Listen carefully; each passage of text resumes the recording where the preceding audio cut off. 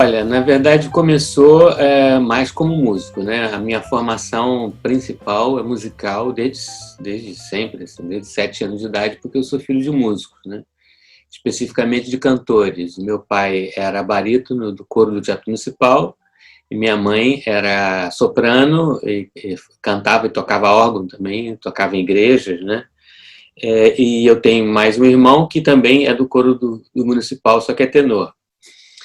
Então a gente sempre estudou música desde pequeno e quando eu tinha 15 anos eu tomei a decisão de ser músico profissional. Então nessa data eu fiz prova para a Ordem dos Músicos e então já estava imbuído dessa vontade, dessa intenção de ser músico profissional. Então o meu percurso foi sempre a partir da música, só que a partir do momento que eu passei a trabalhar com teatro, outras coisas despertaram o meu interesse, né? Então, à medida que... E muita coisa aconteceu por acaso, na verdade, tocando piano em teatro, né, começando a trabalhar como diretor musical, como pianista, logo na primeira peça me pediram para fazer uma cena engraçada ali, que precisava um personagem morrer e não tinha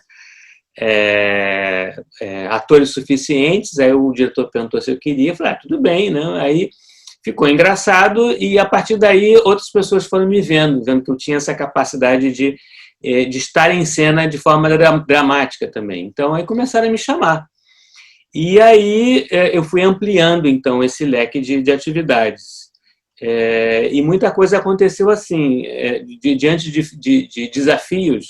Por exemplo, logo depois da primeira peça, 2 ou 3 anos depois, acompanhando o Felipe Pinheiro e o Pedro Cardoso, no espetáculo chamado Bar do Bar, eles falavam assim, olha, nesse momento aqui a gente precisa trocar de roupa, precisa que você toque uma coisa diferente, faça um número. Eu falei assim, mas como assim? Você canta uma música. Eu disse, mas eu não sou cantor. Ela falou, se vira, faz aí. Eu falei, mas vou cantar o quê? Faz uma música, assim, uma canção, mas eu não sei fazer letra. Eu falei, se vira, faz aí. Então eu fui me virando e fui enfrentando esses desafios e aí fui abrindo esse leque de atividades.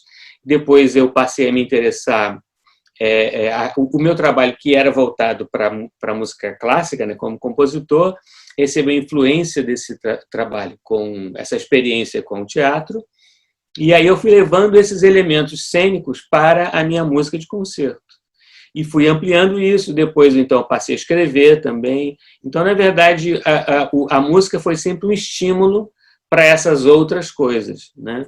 E depois passei a trabalhar como ator e como autor também. Então, na verdade, foi isso que aconteceu.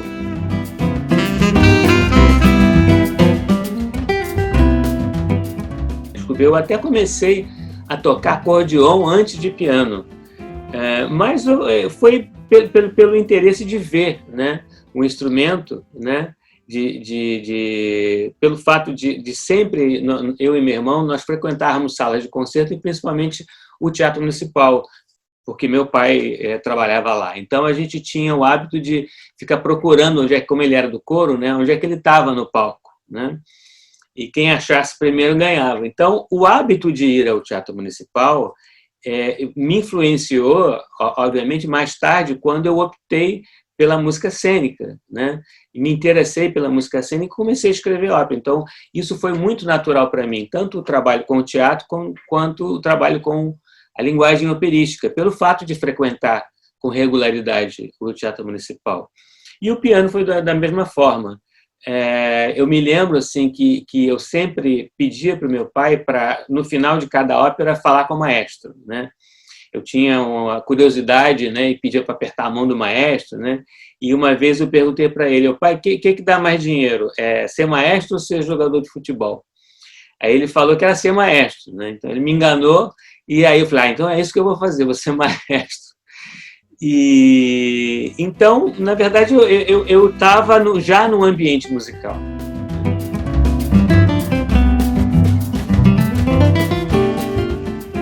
Eu estudava na Escola Vila Lobos, aí houve lá um trabalho em conjunto com a USB, teve essa premiação numa peça, não me lembro nem o nome da peça, uma peça para orquestra, né? E em seguida, quando eu comecei a trabalhar para teatro, logo os primeiros trabalhos eu já tive a felicidade de ser premiado e assim sucessivamente, né? Realmente foram muitos prêmios. Eu acho que o prêmio é legal, é importante, porque, de certa forma, ele né, confirma, né, que você está fazendo um trabalho de qualidade, que, digamos, que esteja no caminho certo, né? Evidentemente que você tem prêmios que você ganha, tem prêmios que você perde, acha que mereceria, né? E também tem aqueles que você ganhou que a gente nunca sabe, será que eu mereci mesmo? Ou outro colega, depende muito dos jurados, né? Mas como realmente tem um número muito grande, acho que é sinal que é alguma coisa certa que eu estou fazendo, né? Então eu procuro sempre fazer esses trabalhos da melhor forma possível, né? E sempre evoluindo, porque aquilo que eu já fiz, né?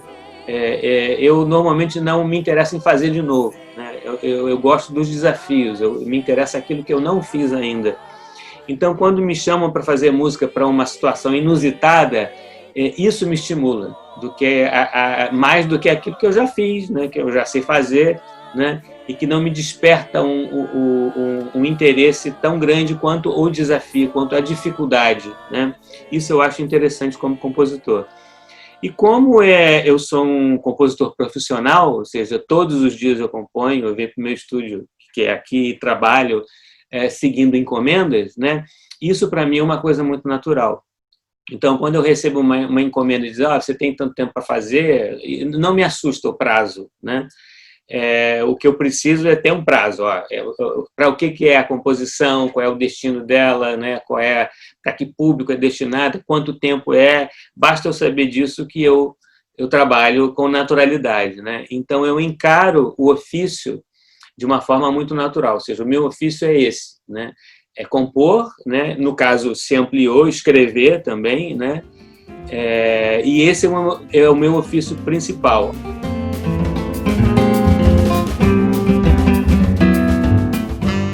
Eu comecei a fazer teatro, por exemplo, eu comecei como pianista e diretor musical, e também arranjador, depois é que eu fui compor, né? Eu acho que é muito natural. Como eu tenho que optar, né, não dá tempo de fazer tudo, normalmente eu não faço mais trabalhos em teatro só como diretor musical ou como arranjador, né? Então, eu opto sempre quando tem composição envolvida, né? Ou seja, tem um trabalho criativo maior, porque realmente não dá tempo de fazer tudo, né? Então, é evidente quando eu estou envolvido num projeto que exige a necessidade de eu fazer os arranjos, eu faço. Quando eu estou, por exemplo, atualmente estou fazendo 2 trabalhos grandes para o Parque Beto Carreiro. Então, num deles que é um musical, né? Evidentemente que aí é mais fácil que eu mesmo faça os arranjos, porque eu estou fazendo a composição original, né? Mas se me chamam para fazer um musical de um outro autor, né, que já tem as músicas feitas, normalmente eu não faço, né, porque é um trabalho só como arranjador. Então, hoje em dia, eu prefiro fazer quando tem já esse estímulo criativo maior. Esse livro que viemos para contar, a nossa ópera vai começar.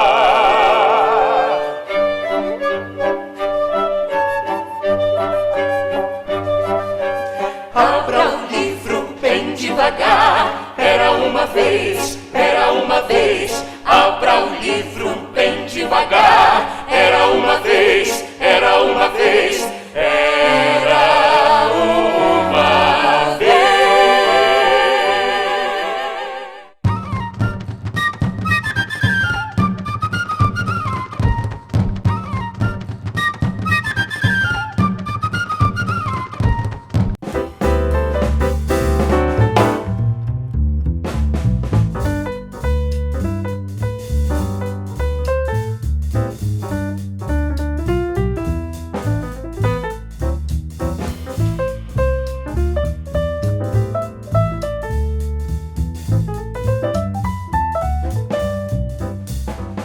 Eu costumo ainda fazer esse tipo de coisa. Acabei de fazer agora a apresentação do festival, né? Eu gosto muito disso. No caso do Concerto para a Juventude, foram 4 anos de concertos no Teatro Carlos Gomes.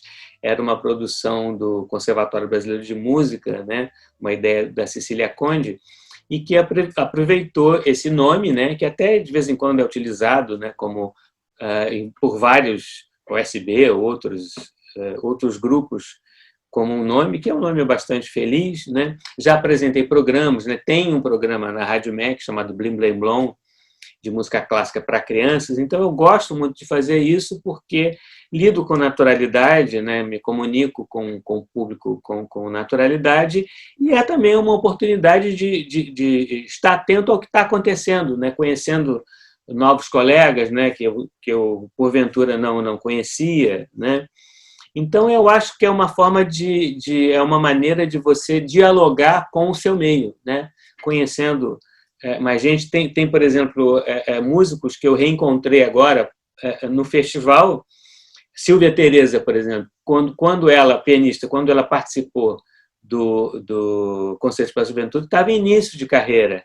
Geisa Felipe, flautista também, né? Então, é interessante isso, observar como esses músicos começaram no Concerto para a Juventude, ou tiveram a primeira chance, ou uma das primeiras chances, e agora se tornaram grandes músicos, grandes intérpretes. Então, eu fico feliz de ter acompanhado esse percurso, né?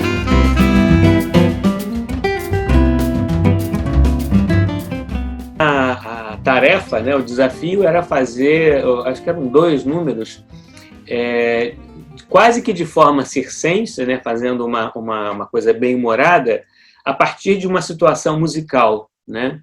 Então eu fiz, acho que foram 2 coisas, uma eu fiz sozinha, outra com a participação da Maria Tereza Madeira, pianista, e da Ana Oliveira, violinista, que era tocar um monte de objetos, né, que eu fazia junto com elas, né, como se fossem aqueles instrumentos, né,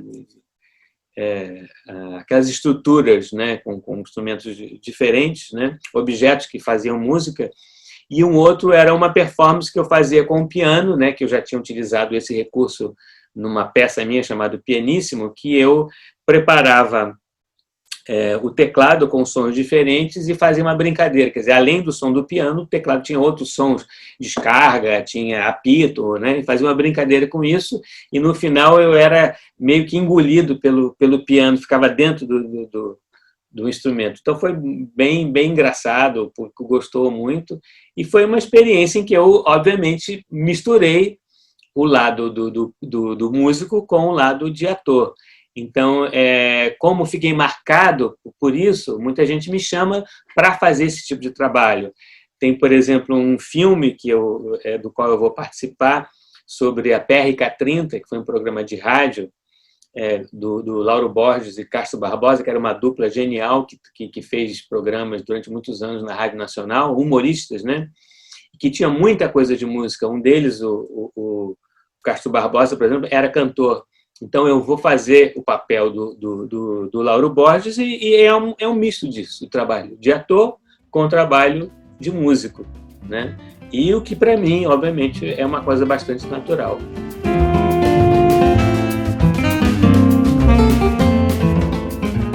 Eu acho que uma coisa que não foi especificamente um trabalho, mas um conjunto de trabalhos foi com o Chico Anísio, né? Porque o Chico era um artista assim, que eu admirava desde criança, né? Eu nem falava direito, eu já gostava dele. E eu perguntava para o meu pai, porque ele tinha um programa semanal, e eu perguntava assim, pai, hoje tem programa do Chico Anísio? Eu nem falava direito, eu já gostava, né? E aí, um belo dia, ele me telefonou, eu fiquei surpreso com aquilo, me convidando para trabalhar com ele, eu fiquei emocionado e muito orgulhoso, né, daquilo, e passei a trabalhar. Então, fizemos vários trabalhos, né? Fiz vários trabalhos com ele, com performance ao vivo, escolinha, que a música é minha também. Então, uma coisa marcante foi isso. Outra foi o trabalho que eu fiz com Eduardo Coutinho, o grande documentarista, fiz uns 3 filmes com ele, também foi importante. Trabalhos que eu fiz em teatro com a Estela Miranda, por exemplo, foram importantes, ou com Pedro Cardoso e Felipe Pinheiro, que foram vários espetáculos. E a partir de um contato que eu tive com o diretor Luiz Fernando Carvalho, e nesse caso específico, uma minissérie chamada Hoje é Dia de Maria, que foi muito importante, que tem um destaque na história da televisão brasileira como uma coisa inusitada, um tipo de trabalho que não havia sido feito até então, muito mais artesanal, né, que fugia dos padrões, né, industriais, digamos assim, da televisão. É quase que fazer teatro dentro da televisão. E além desse, fizemos Hoje é Dia de Maria 1 e 2, eu fiz outros com ele, outras minisséries, Afinal, o que querem as mulheres, Capitu, fiz Dois Irmãos, que era baseado no livro do Milton Ratum, e fiz 2 novelas também muito marcantes com ele, que foi Meu Pedacinho de Chão e Velho Chico, né? Então, eu destaco mais, assim, digamos que parcerias, né, colaborações, do que propriamente um trabalho específico, mas com certeza Hoje é Dia de Maria foi marcante, e alguns espetáculos, Bar Doce Bar, por exemplo, que eu fiz com Pedro Cardoso e Felipe Pinheiro, foi uma coisa marcante para mim. E, enfim, sempre tem uma peça ou outra. Uma peça de teatro musical, né, uma composição minha especificamente também foi marcante, foi Estudo para Piano, que eu escrevi para Maria Teresa Madeira, que foi a primeira vez que eu tentei fazer com que o instrumentista dialogasse com o instrumento, né? E isso me levou a fazer a peça Pianissimo, né, que foi também muito marcante para mim, porque foi a primeira peça premiada, que me estimulou a fazer outras, né? E que até hoje é um musical bastante lembrado, que as pessoas comentam, estudado nas aulas de teatro, né? Isso me deixa muito feliz. Então, sempre tem um trabalho ou outro que realmente se destaca, que leva a outros, né? Mais recentemente, eu acho que foi O Pequeno Príncipe, que foi uma encomenda da Orquestra do Preto, do maestro Rodrigo Toffolo, e que também eu fiz com muita fluidez, né? E de vez em quando eu mesmo me apresento com a orquestra como narrador, né? Foi gravado pela Naxos, tem uma versão em inglês também. Então isso eu acho que é um trabalho que gera outros, né? Pela forma que é recebido. Um outro que eu destacaria também foi minha primeira opereta, que se chamou O Homem que Sabia Português, que eu fiz por encomenda da companhia chamada Burlantins, Companhia Burlantins de Belo Horizonte, que também me estimulou a fazer outras óperas, né? Um outro trabalho também foi a minha primeira ópera infantil, chamada Orquestra dos Sonhos, que foi feita no CCBB. Então, realmente, tem vários que se destacam, né?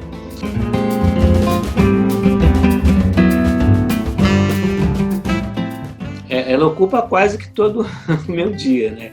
De alguma forma. Se não pela minha atividade, pela minha profissão, no convívio, por exemplo, com as minhas filhas, de alguma forma, né? Então, eu tenho uma filha de 12 e uma de 24. A de 24 escreve já, a atriz também escreve. A de 12 estuda piano, né? Está começando... Mas as duas, né, se interessam e, de alguma forma, ao longo do dia delas, estão convivendo com arte. Então, na verdade, eu acho que a arte faz parte da vida básica de qualquer ser humano. Porque, se não fizer, eu acho que deve ter alguma coisa errada com esse ser humano. Porque é uma forma de expressão, né, de comunicação e de sensibilização que eu acho que é fundamental para o ser humano, né? De alguma forma, você tem que se expressar, né? Você não precisa ser artista, não precisa ser profissional disso, mas o convívio com a arte, eu acho que é fundamental para o ser humano, para que ele se desenvolva mesmo como ser humano, para que ele se comunique com os outros, né? É difícil você, por exemplo, encontrar alguém que não gosta de música, de algum tipo de música, ou que não gosta de ler, ou de um filme, de assistir uma peça.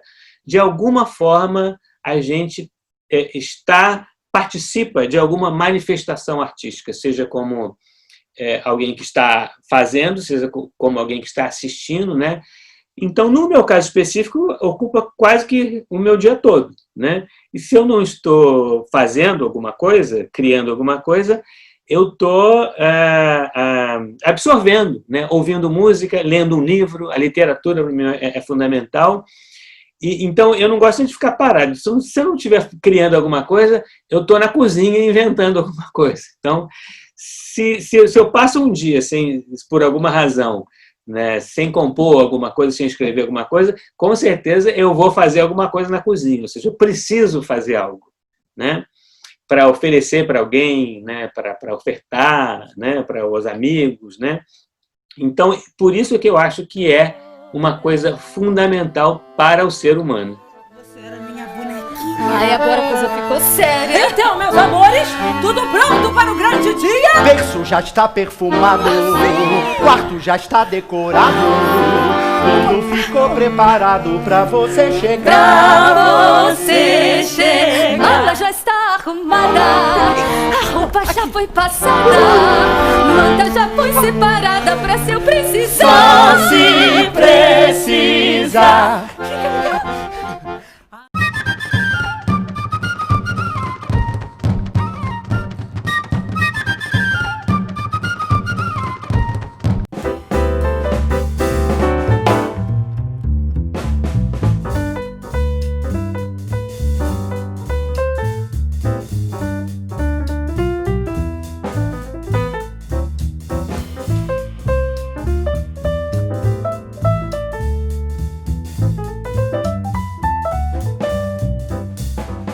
Sou uma pessoa normalmente, ao mesmo tempo bem-humorada, ao mesmo tempo séria, ou seja, eu levo o trabalho muito a sério, mas eu lido com as coisas de forma, procuro lidar pelo menos de forma bem relaxada, digamos assim, leve, né? E sou muito focado, né? Quando eu me proponho a fazer uma coisa, eu faço aquilo, consigo me concentrar bastante, apesar de eu ser distraído para as coisas do dia a dia, né? No trabalho eu sou muito focado, né? E sou muito simples, não sou uma pessoa que exija nada, né? Ao contrário de artistas que são muito exigentes, né? Eu não exijo nada, para mim está tudo muito, muito simples, não tenho exigências maiores, né? Tenho um dia a dia realmente bastante simples, né? Gosto do meu trabalho, gosto de estar em família, da convivência com as minhas filhas e tal, com os amigos, né?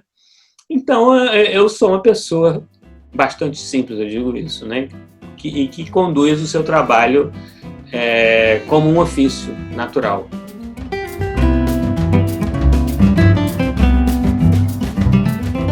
Até agora, durante 4 meses, eu fiquei com as minhas filhas em Itaipava, que eu tenho uma casa lá. Então, é um privilégio ter essa condição de poder ter contato com a natureza diante do que nós estamos vivendo, de poder sair, pegar um sol, né? Muita gente não tem essa, ou não tinha, né? Até começar essa flexibilização, que, na minha opinião, é prematura, né? Então, eu fiquei durante 4 meses lá e não tive nenhuma dificuldade de continuar o meu trabalho, porque o trabalho de compositor já de certa forma, é uma quarentena, você vive isolado. Eu pelo menos, trabalho muito, quase que exclusivamente sozinho mesmo, né? Então, isso não afetou em nada. Só passou a afetar no momento de gravar, né? Então, por exemplo, eu vou gravar na semana que vem com vários músicos, né? E isso, aí sim, passou a ser um desafio, porque eu tenho que inventar, nós todos temos que achar um jeito de fazer isso diferente do que a gente fazia, né? Então, eu deveria gravar com orquestra agora, não pude gravar com orquestra completa, vou ter que gravar em naipes separados e cada naipe em subnaipes, né? Então, eu vou gravar um grupo de primeiro violinos, depois outro grupo de segundo violinos, depois outro grupo de violas, outro de cellos, outro de contrabaixo, né? Justamente para preservar o distanciamento, né, entre as pessoas, a segurança, né, dos colegas. Isso sim, para mim, é um desafio, né? Uma coisa, digamos assim, uma coisa que não era prevista, uma dificuldade agora com a qual eu tenho que lidar. A parte de criação, necessariamente, não tive nenhuma mudança ou dificuldade. Isso agora sim que é um desafio que todos nós temos que viver. Por exemplo, os concertos que estamos fazendo lá na Cília Meirelles não tem público, né? São transmitidos, né? Mas a gente não vê ninguém na plateia, né? Então, a gente tem que se adequar a uma nova realidade. principalmente com tudo aquilo que é feito com voz, né? Os cantores estão numa situação bastante difícil, né? Eu tenho, por exemplo, teria uma ópera a ser estreada esse ano, uma ópera infantil, que eu estou vendo que não vai ter jeito, não vai dar. Vamos ter que aguardar um momento que seja mais propício para isso. Então, para mim, e assim como para todos, a dificuldade maior é isso, como lidar agora com a produção com muita gente envolvida.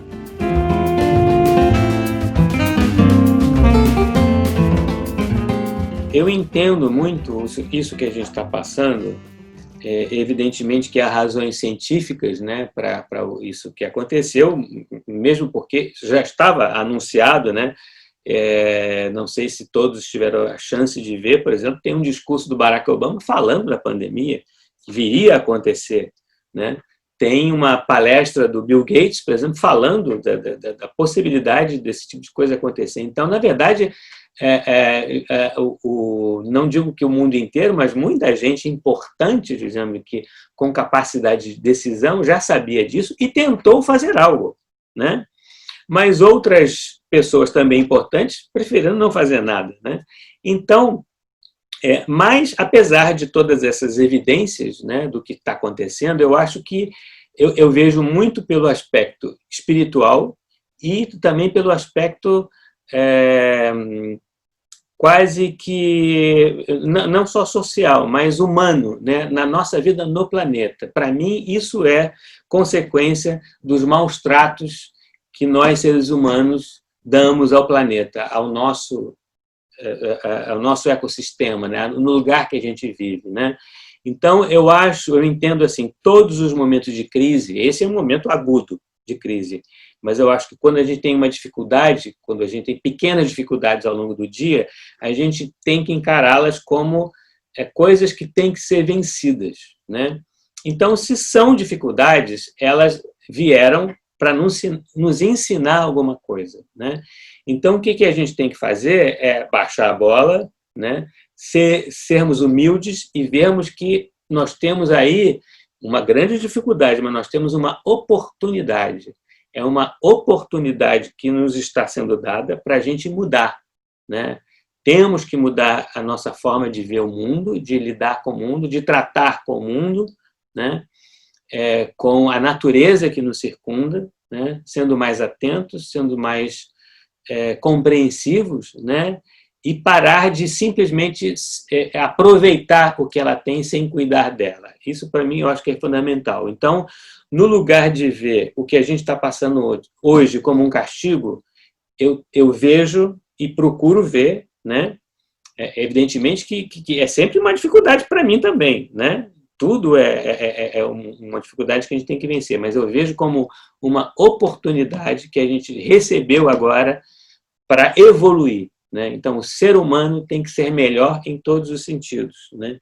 Tem que evoluir. Então, eu acho que a gente não tem que desanimar e tem que entender que isso até como um presente, até como uma dádiva. Olha, vocês têm a oportunidade de melhorar a partir disso que vocês estão vivendo, né? E eu tenho certeza que se a gente conseguir vencer isso, nós todos seremos mais felizes daqui a algum tempo, não sei quando, né? Mas eu acho que o mundo vai mudar. Então, muita gente fala, não, vai voltar ao normal. Eu acho que nada vai voltar ao normal mais. E não deve voltar. Eu acho que normalidade não deve voltar, porque a normalidade não estava boa. A normalidade não era certa, principalmente com a natureza e com aqueles mais desvalidos, né? Não era justo, não era certo. Então, eu acho que a partir de agora tem que ser mais justo. Sei que meu filho será o que eu não pude ser. Ele não para mais de crescer. Na minha mocidade eu tive a vontade de ser algo bem mais importante que um eletricista. Mas a vida não deixou atropelou.